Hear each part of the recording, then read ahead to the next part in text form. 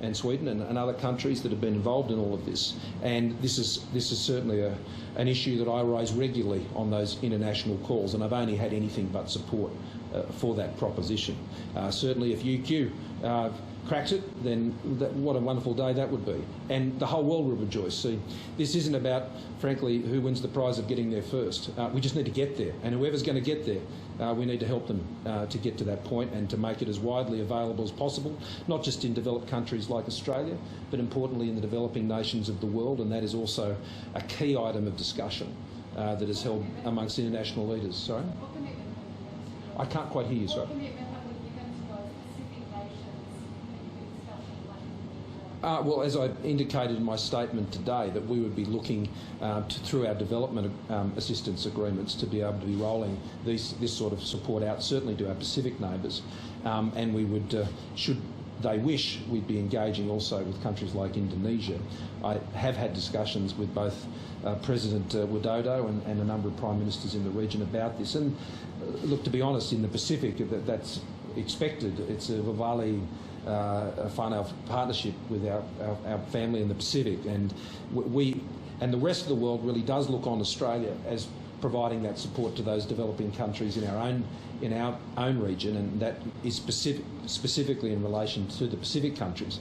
I had a very good interaction with the Prime Minister of Norway the other day, and she was very interested to know how the Pacific nations were doing, and they had some involvement as well, as many European countries do, but they recognise that Australia, together with New Zealand, has the primary role in managing that support and those relationships. Becton Dickinson is the company we've engaged with on those, and that is a public arrangement. That's about 25 men. Is that global? Sorry? Is that Australian? I'd have to confirm that with Becton Dickinson. Yeah, no. Is it possible to ask you a question? Yeah, sure. Thank you. Just about the manufacture of this vaccine. I know with the protein-based vaccines, there's only eggs. Can you talk us through the nitty-gritty of the manufacture? Oh. How you're going to do that, and is this a vaccine that's easy to scale up? So thanks for the question, and I'm probably not the expert here to talk to you about it, but as the PM and Professor Kelly said, this is an adenovirus vector vaccine, so it has never been produced in Australia. We're talking to a selected Australian manufacturing partner on the feasibility and technical details of that right now. We have a technical team globally that are talking them through the process steps, and as we've said before, this is a massive scale-up activity. We haven't done it before. We're entering into a number of parallel supply agreements around the world with vaccine manufacturers, and we're doing this at no profit during the pandemic, because as you can imagine, this is a huge effort from us as a global company. Yeah. Well, I think we might have covered, unless there are other questions that people want to raise. With Yep. the Pacific stuff, do you see our supply of that through the development fund being free to those Pacific nations? Well, everything we provide through development assistance, that's how it's done. And so I would see that. I mean, what we've done with our development assistance into the Pacific and in Southeast Asia, because COVID has largely disrupted many of the other programs that we're running, for months now, we have repurposed those development budgets throughout those countries we most directly assist to support the COVID effort in each of those countries. And this would be part of that process. And it is pleasing, although in the situation in Papua New Guinea is getting more challenging. But to have come this far, I think in the Pacific, I think the Pacific family of nations have done incredibly well to protect their citizens and their populations to date. But the risk continues, and I had a great chat with Frank Bainimarama the other day, and they're very appreciative of the support they get, but they're doing their best. Their tourism industry is struggling like ours is, and so there's a lot of hardship there, but their health situation is doing a lot better than many other developed countries around the world today. Just one more. Yep. There's been some reporting that there might be an expectation of the need for a yearly top-up. Yeah. Would you anticipate that being likely to be free as well? I know that's a fair way off. Oh, look, we'll do what needs to be done. I mean, we all know the cost of this frankly, is not my primary consideration. It's the cost of it not being present now that is devastating our economy and jobs across the country. And so I think what Australians rightly would expect is that we just do what is necessary to get this done and to get it available. And that is definitely what we have been doing. And as I say, Minister Hunt has been doing a tremendous job leading that effort, and there's still a long way to go. Okay. Prime Minister, you said this morning we regulate aged care, but when there is a public With that, Liz or Bill, and if you want to start, you're very welcome. when there is a public health pandemic, it gets to aged care, then they are things sort of for Victoria. Just excuse my confusion on this one. We've got a National Royal Commission into aged care. It's viewed as a federal responsibility. Daniel Andrews keeps saying it's a federal responsibility. Is there an element here of you being happy to own the successes when it comes to dealing with this pandemic, but not the failures? I think that's an unkind assessment, Andrew, and doesn't bear out the facts. There is a combination of challenges we have with the pandemic. There is a public health issue and there is a specific aged care issue, and that's where responsibilities merge. And when you have a community outbreak like we've had in Victoria, that's where those responsibilities do overlap. Certainly, we have had to lead the response in responding to the community outbreak in Victoria. But I think the best demonstration that this is a shared responsibility is the formation of the Victorian Aged Care Response Centre. It is a combined effort of both Victorian and Commonwealth officials. We understand what our responsibilities are, and we will be responsible for those. But when you have a community pandemic, then the virus will find its way into many places. It can find its way into shopping centres, it can find its way into workplaces, it can find its way potentially into schools, but thankfully that hasn't been a significant issue here in Australia or in many other places. And so it's the overlapping of public health responsibilities, which would sit with states, and federal aged care regulation responsibilities, which sit with the federal government. So yes, it is a complex set of responsibilities, and they are shared, and that's why we're working together. I keep stressing, working together, not against each other, is the way we manage these impacts. And so all I said this morning, I think, to take a very binary approach to this, I think is overly simplistic and really doesn't let Australians know the complexity of responsibilities that are here. Do you believe, in terms of Victoria's second wave, do you think that could have been prevented if Daniel Andrews had taken a bit off of a personal back in March? I'm focused on what needs to happen now, what needs to happen tomorrow. There will be plenty, including the media appropriately, and parliamentary inquiries and others that will go into those issues of causation. The issues around quarantine and tracing are well known, and there's no profit in me going over those and raking over those issues. My job, the Premier's job today, is just to keep working together to deal with what is in front of us, what the needs are right now, and to keep focusing on that task. That's what National Cabinet will focus again on this Friday. The Premier and I are in regular contact. We are not getting caught up in those issues. We're just focused on what do we need to agree today? What do we need to do today to mitigate the risk and the impact, particularly on Victorians and Melburnians. But I would say, with the numbers that we're seeing out of Melbourne and Victoria, that I am encouraged. I think the sacrifice that has had to be made by Melburnians and Victorians more broadly is paying off. And we have seen, I think, that corner turn, and that, I hope, is of some great encouragement to Victorians. There is still a way to go yet, and there is still some difficult news as we continue to see the most vulnerable of our community fall victim to that virus, and there will still be more of that news to come, as we've warned. But I am encouraged by the progress that's being made and the partnership efforts that is in place, whether it's the ADF, whether it's the Emergency Management Australia, whether it's nurses from Townsville and Western Australia and South Australia, contact tracers and testing equipment in Tasmania. The national resource, state and federal, has been turned to support Victoria, and that's our approach. But do you feel that Victoria has let down the rest of the country? I'm just focused on what we need to do to ensure that we get on top of this thing every day. Prime Minister, Sorry, on the topic of aged care. So would you say now that you're confident that the aged care centres are in the best possible position should they be exposed to COVID-19? Well, there are two things that are happening here. First one is what's happening in Victoria. And in Victoria, particularly in Melbourne, which are the most exposed facilities, there are over 340 in Melbourne. We've got less than half a dozen that are on our acute watch list. There's around 20 or so that sit on the next Category 2 list. And these change regularly, and we review them each and every day and the response that's needed.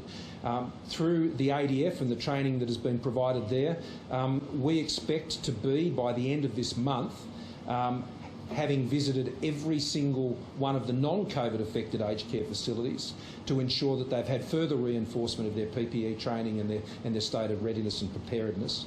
A lot of that 61 facilities have already had ADF and AUSMAT visits to shore up what's occurring in those places. It's a challenging environment, and there's a mixture of issues in each and every facility, and they have to be treated on a case-by-case basis.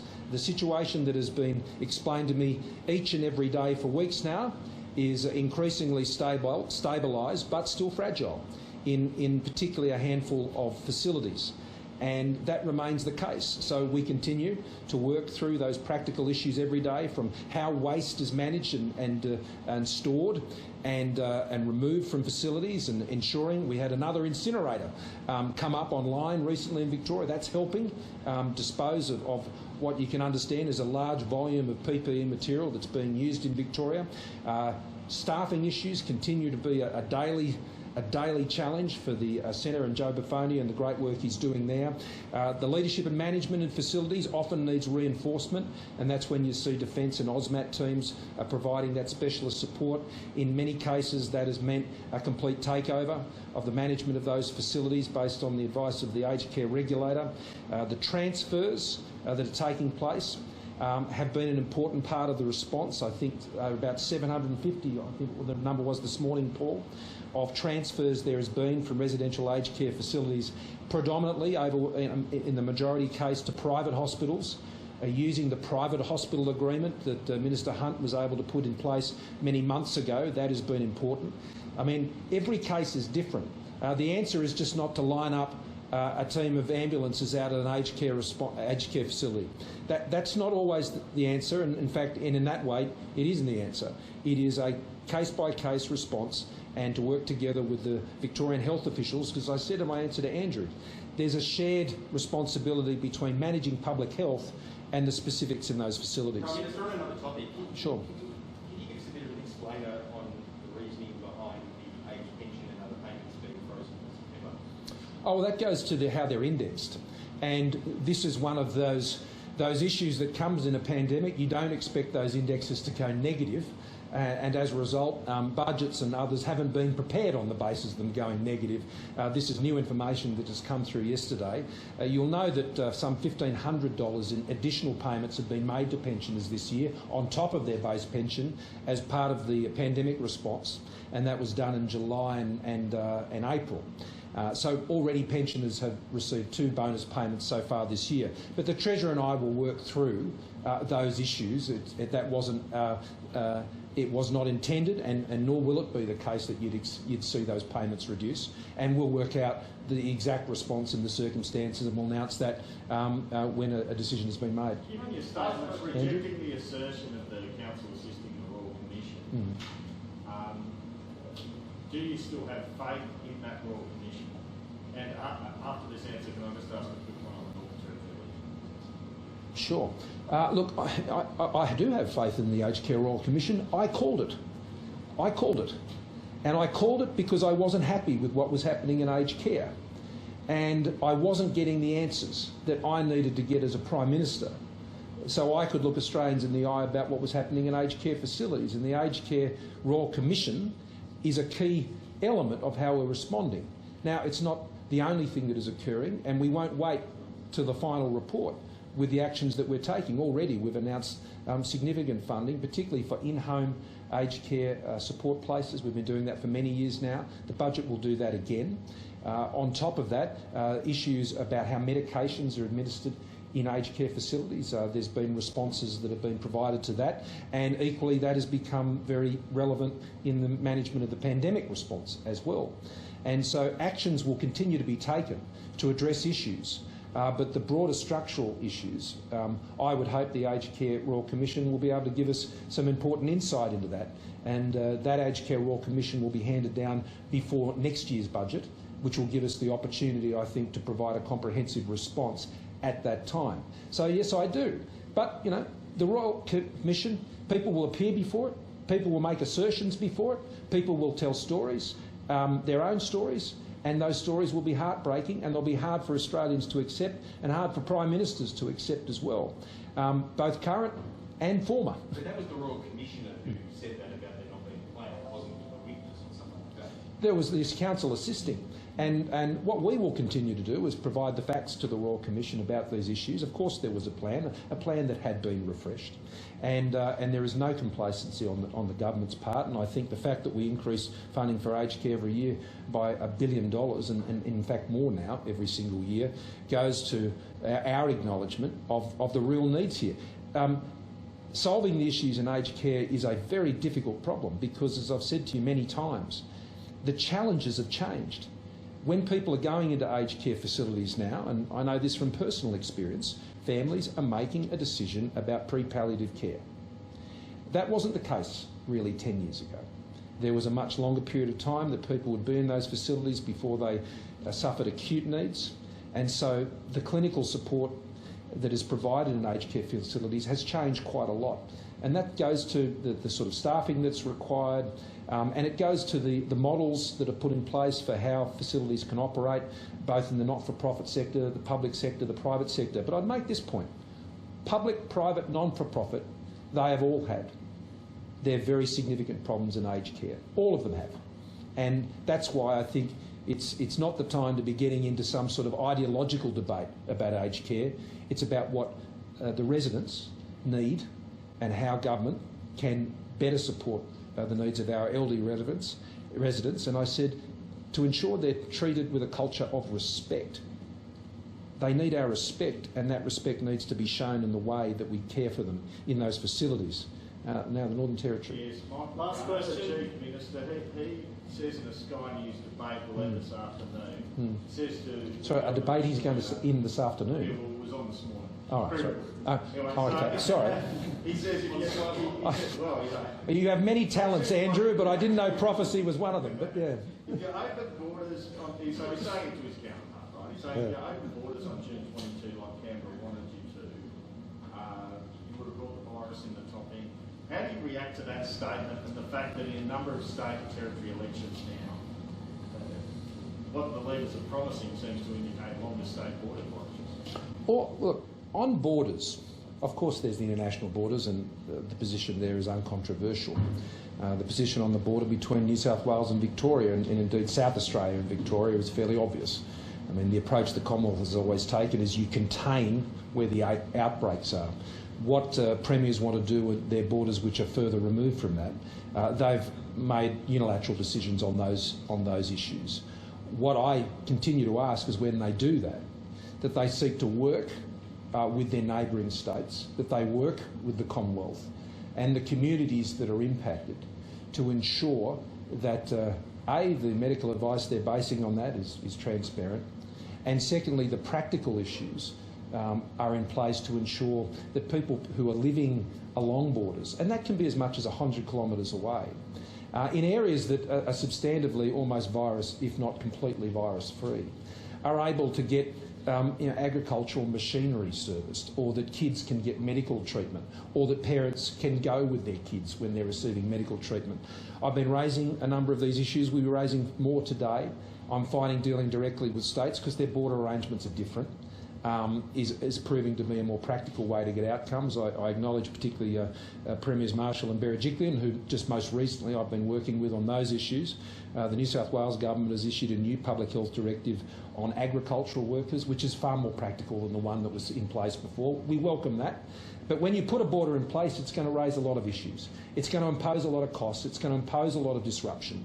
And as premiers put those things in place, that obviously those things need to be thought through, and arrangements need to be put in place to mitigate the damage that is done by that. Clearly we understand why people are doing it, and getting the balance right on that is the explanation I think that premiers obviously need to provide. What about in the context of the election, though, and him weaponising you in a sense against the CFP on that? What do you think of that? I'm not interested in the politics of the pandemic. I'll leave that for others. We're here to get people vaccinated and to get people through this pandemic. Just quickly on China, they've taken action against barley, beef, now wine. Why is this happening, and do you think it's politically motivated? Well, Australia has not changed its position towards China on all of the issues that are so important to our sovereignty, whether it's our national security issues, whether it's the integrity of our telecommunications networks, the sovereignty of our foreign investment arrangements. These have been all clear and consistent positions that the Australian government has taken, and there's been no change to that. And indeed, the relationship we have with China is a mutually beneficial one. It's not a one-way street. It's not Australia benefits only. China benefits from the high-quality products and services that we provide, and equally Australia benefits in return. And we have the best wine in the world. In fact, it's the second highest priced wine in China, and it's the best quality in our view. And we totally don't accept any suggestion that there's been any dumping of Australian wine in China whatsoever, and we don't believe there's any evidence to support that. So we will engage that process. That will take, we're advised, and the public statements have been about 18 months. So there's no initial impact that flows from that. I do acknowledge that there was some activity on the share market yesterday with Treasury, but that said, that is a process that will work through. I applaud the Australian wine industry for the diversification that they've put in place. And you can't put all your eggs in one basket, but you've always got to provide a top quality product and look after your customers, and that's what our wine industry does, and that's why I believe they have every right to be confident that there is absolutely no basis to the claims that are being made against the Australian wine industry and with regard to subsidies or anything of that nature. So, you know, we'll never trade away our sovereignty in Australia on any issue. We will be consistent, we will be clear, we will be respectful, and we will get on with the business. Thank you all very much.